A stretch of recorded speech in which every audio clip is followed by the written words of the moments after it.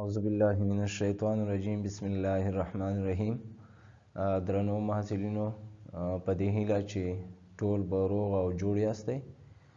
دا چې زمونږ درسي بهیر په آنلاین بڼه باندې پیل شوی دی، نو زمونږ مضمون د نړیوالو اړیکو تاریخ دی. په دې مضمون کې ویشنه په دې شکل باندې شوې ده. اول به مونږ د نړیوالو اړیکو پر تعریفاتو یا په پیژندنې باندې دا اول بحث زمونږ. دویم بحث زمونږ د نړیوالو اړیکو لوبغاړي دي، او له دې نه وروسته بیا مونږ دا مضمون په دوو سیمسترونو کې په 5م او 6م سیمستر کې وایو.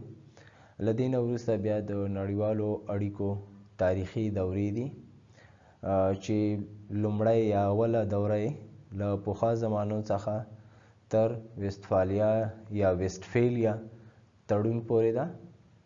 دویمه دوره یې د ویستفالیا څخه تر لومړۍ نړیوالې جګړې پورې ده، او دریمه دوره یې د جامع ملل سازمان د ایجاد څخه تر نن پورې ده. نو دغه مضمون موږ په دوو برخو باندې په دوو سیمسترونو کې وایو، په 5م او 6م سیمستر کې. نو د مضمون هغه ویشنه تاسو سره شریکه شوه. نو پیل به مونږ د نړیوالو اړیکو د پیژندنې څخه کوو چې هغه په بل سلایډ کې به تاسو ته تشریح شي چې نړیوالې اړیکې څه ته وایي. د هغې نه وروسته بیا نور موضوعات په دې ترتیب سره یو بل پسې تاسې ته وړاندې کړو. اعوذ بالله من الشیطان الرجیم بسم الله الرحمن الرحیم. درنو محصلینو، په دې هیله چې ټول به روغ او جوړ یاستئ. نن زموږ د بحث موضوع د نړیوالو اړیکو پیژندنه ده. په دې بحث کې به موږ نړیوالې اړیکې د مختلفو زاویو څخه تعریف کړو. نړیوالو اړیکو پیژندنې کې به موږ مختلف قسم ته تعریفات تاسو سره شریکو. دا په حقیقت کې د هیوادونو ترمنځ د اړیکو لوستل دي، یعنی په دې کې د دولتونو ترمنځ اړیکې د بحث لاندې نیول کېږي. په ځانګړي ډول د سیاسي واحدونو او نورو هغو لوبغاړو چې په نړیوال ډګر کې فعاله او اغیزه لري، دې ته نړیوالې اړیکې وایي. یا په بل عبارت نړیوالې اړیکې د سیاست پوهنې هغه برخه ده چې د خلکو او دولتونو ترمنځ د اړیکو پر اسبابو او وسایلو باندې بحث کوي. موږ نړیوالې اړیکې په دې شکل باندې هم تعریفولی شو.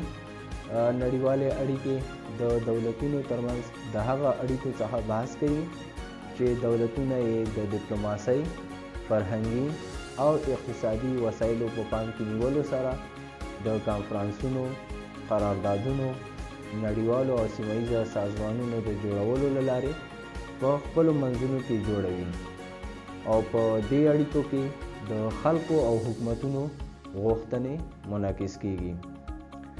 همدارنګه موږ نړیوالې اړیکې په دې شکل باندې هم تعریفولی شو. د اسلامي دولتونو ترمنځ خپلمنځي او د نورو غیر اسلامي دولتونو سره د اسلام مبارک دین د احکامو او حیثیت ته په کتو د اړیکو او همکاریو قراردادونه لاسلیک کول، تګ او راتګ ته نړیوالې اړیکې وایي. همدارنګه موږ نړیوالې اړیکې په دې شکل باندې هم تعریفولی شو.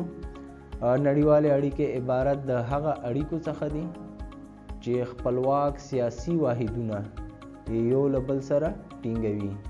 کیدای شي دا اړیکې سوله او یا غیر سوله وي. دا زموږ د نړیوالو اړیکو پیژندنه، یعنی موږ نړیوالې اړیکې په دې بحث کې په مختلفو اشکالو باندې تاسو سره د دې تعریفونه شریک کړل. اعوذ بالله من الشیطان الرجیم بسم الله الرحمن الرحیم. درنو محصلینو، په دې هیله چې ټول به روغ او جوړ یاستئ. په تیر سلایډ کې موږ د نړیوالو اړیکو پیژندنې باندې بحث وکړ. په دې سلایډ کې موږ د نړیوالو اړیکو پر لوبغاړو باندې بحث کوو. ټول هغه بنسټونه، واحدونه او پدیدې چې په نړیواله کچه د نړیوالو اړیکو پر فعالیتونو او کړنو باندې اغیزې لري عبارت د نړیوالو اړیکو د لوبغاړو څخه دي. دا لوبغاړي کوم لوبغاړي دي؟ دا لوبغاړي عبارت دي له دولتونه، نړیوال سازمانونه، ټولنیزې او کارګر اتحادیې، حقیقي اشخاص، سیاسي ګوندونه، مذهبي ډلې او ټاپلې، نړیوال کثیرالملتي شرکتونه او داسې نور اغیزه لرونکي بنسټونه دي چې په حقیقت کې دا د نړیوالو اړیکو لوبغاړي شمیرل کیږي. اول دولتونه د نړیوالو اړیکو تر ټولو پخوانی لوبغاړی دولتونه دي چې په دې اړه دوه مهمې نظریې موجودې دي. ریالیزم یا ریالستان دي او بل یې لیبرالیزم او لیبرالستان دي. ریالستان په دې عقیده دي چې د نړیوالو اړیکو اصلي لوبغاړي دولتونه دي ځکه چې دولتونه د حاکمیت او ځواک درلودونکي دي او نور لوبغاړي د هغې موجودیت څخه ریالستان انکار کوي. دوی زیاتوي چې په دولتونو کې هم هغه دولتونه چې ځواکمن دي د نورو ضعیفه دولتونو په نسبت ډیره اغیزه لرونکي دي. د بل پلوه لیبرالستان په دې عقیده دي چې دولتونه د نړیوالو اړیکو لوبغاړي دي خو د دې ترڅنګ نور لوبغاړي هم مهم دي خو د دولتونو رول پکې ډیر مهم دی. دویم نړیوال سازمانونه. ریالستان په دې عقیده دي چې نړیوال سازمانونه د نړیوالو اړیکو لوبغاړي نه دي او دا ځکه چې دوی د دولتونو د اغیزې او تاثیر لاندې دي. یعنی په بله معنا او مفهوم نړیوال سازمانونه د دولتونو د تصمیم څخه پرته تصمیم نشي نیولی او د نړیوالو سازمانونو پریکړې او تصامیم اجرایوي ضمانت هم نه لري. خو د بل پلوه لیبرالستان د دولتونو ترڅنګ د نړیوالو سازمانونو رول د نړیوالو اړیکو د لوبغاړي په حیث باندې مني او په دې عقیده دي چې یاد سازمانونه د دولتونو څخه خپلواک او دایمي شخصیتونه دي او د دولتونو د کنټرول او ارادې څخه بهر دي. یعنی لیبرالستان وایي چې نړیوال سازمانونه د نړیوالو اړیکو لوبغاړي دي او دوی په دې عقیده دي چې نړیوال سازمانونه د دولتونو څخه آزاد خودمختاره دي، دوی دایمي شخصیتونه دي او د دولتونو د کنټرول څخه بیرون دي. دریم نور لوبغاړي.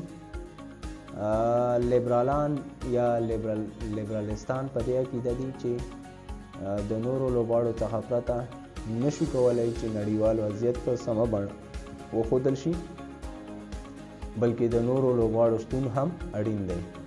دا په دې عبارت چې ټولنیزې او کارګرې اتحادیې، حقیقي اشخاص، سیاسي ګوندونه، مذهبي ډلې او ټاپلې، نړیوال کثیر ملتي شرکتونه او داسې نور اغیز لرونکي بنسټونه دي چې دا د نړیوالو اړیکو د لوبغاړو څخه د مهمو لوبغاړو څخه شمیرل کیږي. یعنی که هغه ټولنیزې او کارګرې اتحادیې دي، که هغه سیاسي ګوندونه دي، که هغه مذهبي ډلې او ټاپلې دي، نړیوال کثیرالملتي شرکتونه دي او که نور حقیقي اشخاص دي، دا ټول د نړیوالو اړیکو د لوبغاړو څخه شمیرل کیږي.